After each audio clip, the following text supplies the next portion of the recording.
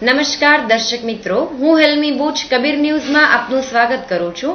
મિત્રો, આજના બુલેટિનમાં આગળ વધીએ તે પહેલા એક નજર કરીએ આજના મુખ્ય સમાચારો પર।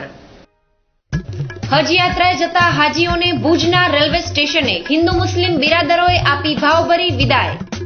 માતાના મઢ પદયાત્રીઓનો પ્રવાહ થયો શરૂ, તો સેવા કેમ્પો પણ સજ્જ છે સેવા માટે। કેડીસીસી બેંકની મળી 56મી વાર્ષિક સામાન્ય સભા। ફૂટપાથ પર વ્યવસાય કરતા ધંધાર્થીઓએ કલેક્ટરને આપ્યું આવેદનપત્ર। તો દિલ્હી ગાંધીનગરની એમઆઈસીની ટીમે અદાણી મેડિકલ કોલેજનું કર્યું ઇન્સ્પેક્શન।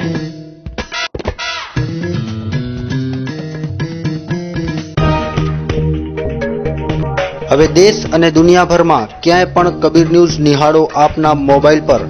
હવે 24 કલાક કબીર ન્યૂઝ આપના મોબાઈલ પર। આપના સ્માર્ટફોનમાં પ્લે સ્ટોર પર સર્ચ કરો કબીર ન્યૂઝ અને એપ્લિકેશન ડાઉનલોડ કરીને દરરોજ નિહાળો કચ્છના સમાચાર।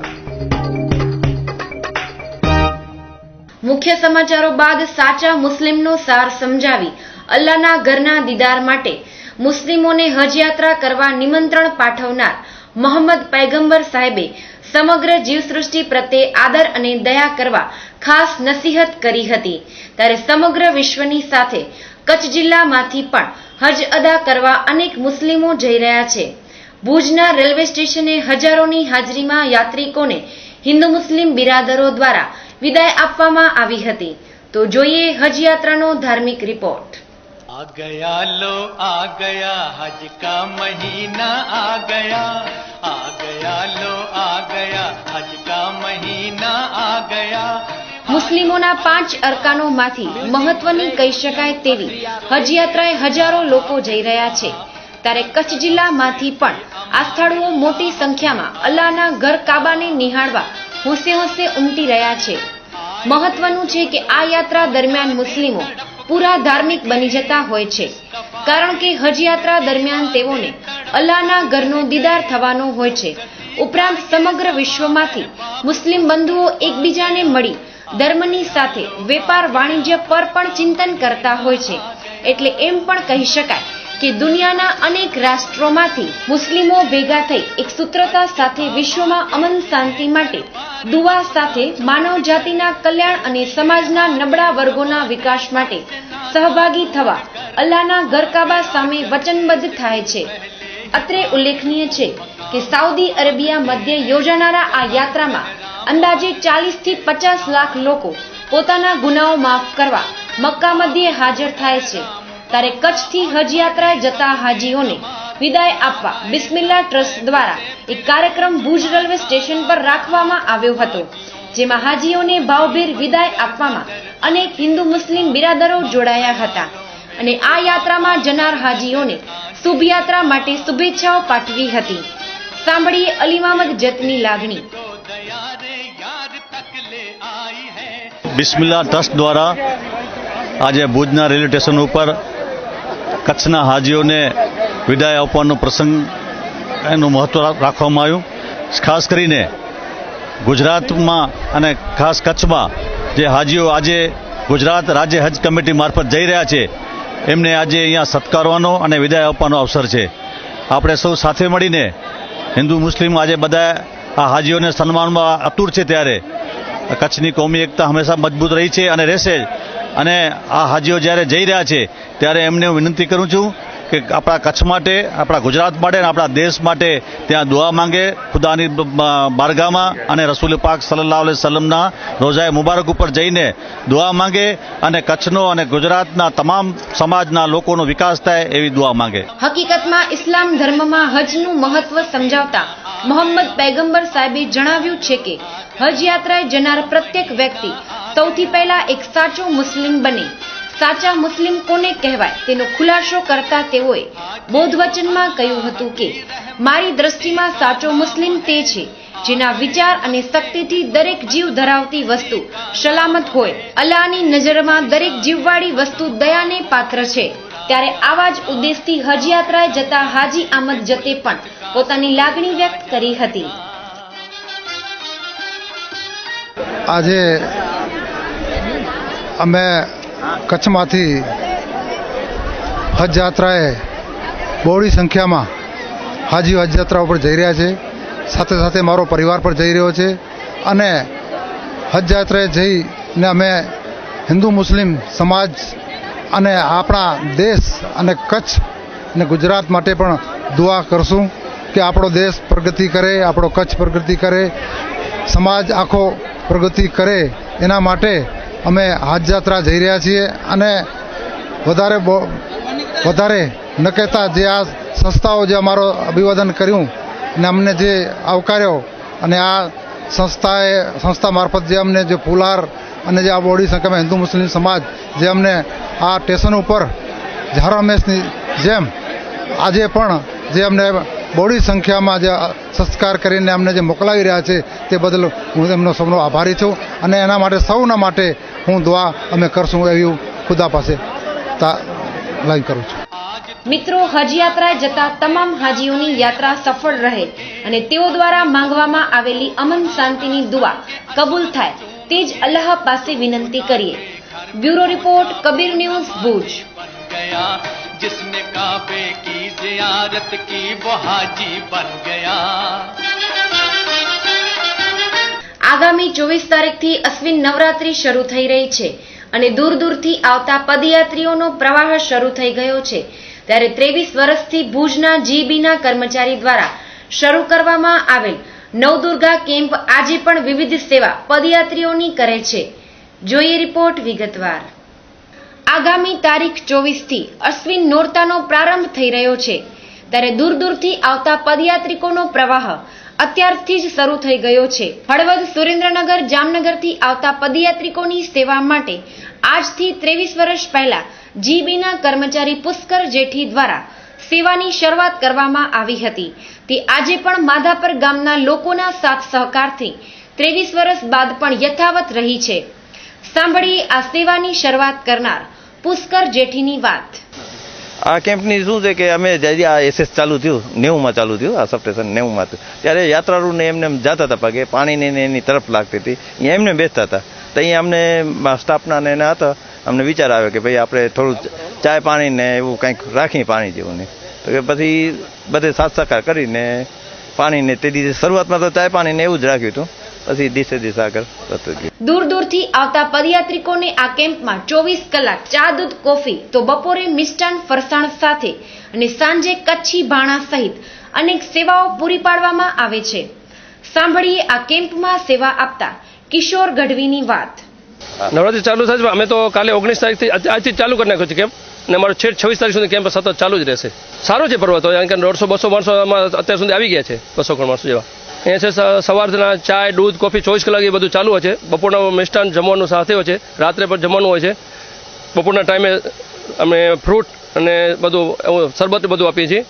અહીંયા વધારેથી સુવિધા એ છે કે નાવા ધોવાની મોટી સગવડ છે અમારી પાસે, એટલે માણસો વધારે સતત અહીંયા વધારે આવ્યા રાખે છે. મિત્રો, અત્યારથી જ આ પદયાત્રીઓનો પ્રવાહ શરૂ થઈ ગયો છે. ત્યારે આ વર્ષે લાખો શ્રદ્ધાળુઓ માતાના મઢ ખાતે આશાપુરા માતાજીના દર્શન કરી ધન્ય થશે. Bureau report, Kabir news, Bhuj.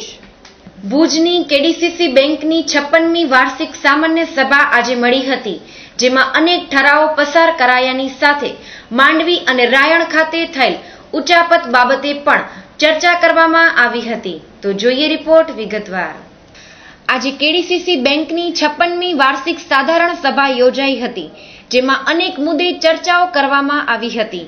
તો 8 મુદ્દે ઠરાવ પણ પાસ થયા હતા, જેમાં ગત વર્ષના હિસાબો, કલમ 97ના કાયદાઓના સુધારાની અમલવારી, ચાલુ અને આવતા વર્ષ માટે ઓડિટરોની નિમણૂક જેવા મુદ્દાઓને મંજૂરી આપવામાં આવી હતી. સાંભળીએ કેડીસીસી બેંકના ચેરમેન દેવરાજ ગઢવીની વાત. ખાસ કરીને બેંકની આજે 56મી વાર્ષિક સાધારણ સભા હતી. નિયમ મુજબ 30/9 સુધી દરેક સહકારી સંસ્થાઓએ પોતાની વાર્ષિક સાધારણ સભા યોજવી જોઈએ. એના અનુસંધાને આજે 56મી વાર્ષિક સાધારણ સભા ડિસ્ટ્રિક્ટ બેંકની હતી. મહત્વના મુદ્દાઓમાં તો ગત વર્ષના હિસાબો, સરવૈયાની નોંધ લેવાતી હોય છે હતા. ખાસ કરીને બંધારણીય કલમ 97માં જે સહકારી કાયદાઓના સુધારાઓ થયા છે, એ સુધારાઓ સરકારશ્રીએ કર્યા. કેન્દ્ર સરકાર, રાજ્ય સરકારશ્રીએ એ સુધારાઓની અમલવારીના પણ મુખ્ય ઠરાવો હતા. સાથે સાથે ચાલુ નાણાકીય વર્ષ અને આવતા નાણાકીય વર્ષની અંદર ઓડિટર અને ઓડિટરોની જવાબદારી, ઓડિટરોને નિમણૂક કરવા માટેના પણ ઠરાવો હતા. તો માંડવી અને રાયણ ગામે થયેલી ઉચાપતના મુદ્દે પણ ચર્ચા કરવામાં આવી હતી અને યોગ્ય કાર્યવાહી કરવાની વાત પણ કરવામાં આવી હતી. સાંભળીએ આ મુદ્દે દેવરાજ ગઢવીની વાત. ભૂતકાળમાં આપણે જોયું કે માંડવી શાખાની અંદર અમારા બેંકના તત્કાલીન કર્મચારીઓએ જે ઉચાપત કરી છે એ ઉચાપત પ્રકરણે બેંક દ્વારા ફોજદારી ફરિયાદ પણ દાખલ થઈ ગઈ છે અને રાયણ મંડળીના નામે ખોટી ઉચાપત બેંકના કર્મચારીઓ દ્વારા કરવામાં આવી છે. ત્યારે રાયણ મંડળીના મંત્રીશ્રી અને હોદ્દેદારોએ એ ચર્ચા કરી કે ભાઈ આની અંદર શું, તો એમાં અમે તે વખતે પણ કહ્યું હતું, આજે પણ કહીએ છીએ કે એમાં રાયણ મંડળી કે રતાળિયા મંડળીના કોઈ હોદ્દેદારો, કોઈ સભાસદો સંડોવાયેલા નથી. ફક્ત ને ફક્ત અમારી તપાસની અંદર બેંકના કર્મચારીઓ સંડોવાયેલા છે. એના ઉપર ફોજદારી ફરિયાદ પણ થઈ ગઈ છે અને આવનારા દિવસોની અંદર એ રકમ બેંકમાં ત્વરિત જમા થાય એના માટે બંને બેંકના કર્મચારીઓની મિલકતો પણ સર્ચ કરાવી લેવામાં આવી છે અને બોર્ડ ઓફ નોમિનીમાં એનો મનાઈ હુકમ મેળવી એ મિલકતો ટાંચમાં લઈ એ મિલકતોની જાહેર હરાજી કરી અને તાત્કાલિક એ રકમ વસૂલ કરવામાં આવશે. ઉચાપતના પ્રશ્નને બાદ કરતા કેડીસીસી બેંકની 56મી સામાન્ય સભા શાંત રહી હતી. Bureau report, Kabir news, Bhuj. 7 વર્ષથી ઓલ્ફેડ હાઈસ્કૂલ પાસેની ફૂટપાથ પર વ્યવસાય કરતા વેપારીઓને નગરપાલિકા દ્વારા હટાવતા બેરોજગાર બનેલા ધંધાર્થીઓએ આજે પોતાના પરિવાર સાથે જઈ કલેક્ટરશ્રીને આવેદનપત્ર પાઠવ્યું હતું. તો જોઈએ રિપોર્ટ વિગતવાર. છેલ્લા 7 વર્ષથી ઓલ્ફેડ હાઈસ્કૂલ પાસેની ફૂટપાથ પર કપડાનો વ્યવસાય કરતા વેપારીઓને નગરપાલિકાએ હટાવી ફૂટપાથ ખાલી કરાવતા બેરોજગાર બનેલા આ વેપારીઓએ પોતાના પરિવાર સાથે કચ્છ કલેક્ટરને આવેદનપત્ર પાઠવ્યું હતું. સાંભળીએ વેપારીની વાત. મારું નામ છે કિરણભાઈ. અમે 5-7 વર્ષથી ઓલ્ફેડની બાજુમાં બેસતા હતા. હવે અચાનક અમને ત્યાંથી ઊભા કરવામાં આવ્યા છે, દબાણ હટાવવામાં, અને અમારા 20 કુટુંબો ત્યાં ગુજરાન ચલાવતા હતા આજ સુધી. છેલ્લા 5-7 વર્ષથી બેસતા હતા, હવે ઊભા કરી મૂક્યા છે. તો અમને એવું કહેવામાં આવ્યું છે કે ભાઈ તમે બીજી જગ્યાએ બેસો. અમારે કલેક્ટર સાહેબને રજૂઆત એટલી કરવાની છે કે ભાઈ અમે અહીંયા 5-7 વર્ષથી બેસતા હતા અને આજે અમને ઊભા કર્યા છે, તો હવે અમે આ 20 કુટુંબો રોજીરોટી માટે કઈ જગ્યાએ જઈએ? જો બીજી જગ્યાએ તાત્કાલિક બેસીએ તો અમારો ધંધો 1 મહિનામાં વિકસિત ન થાય.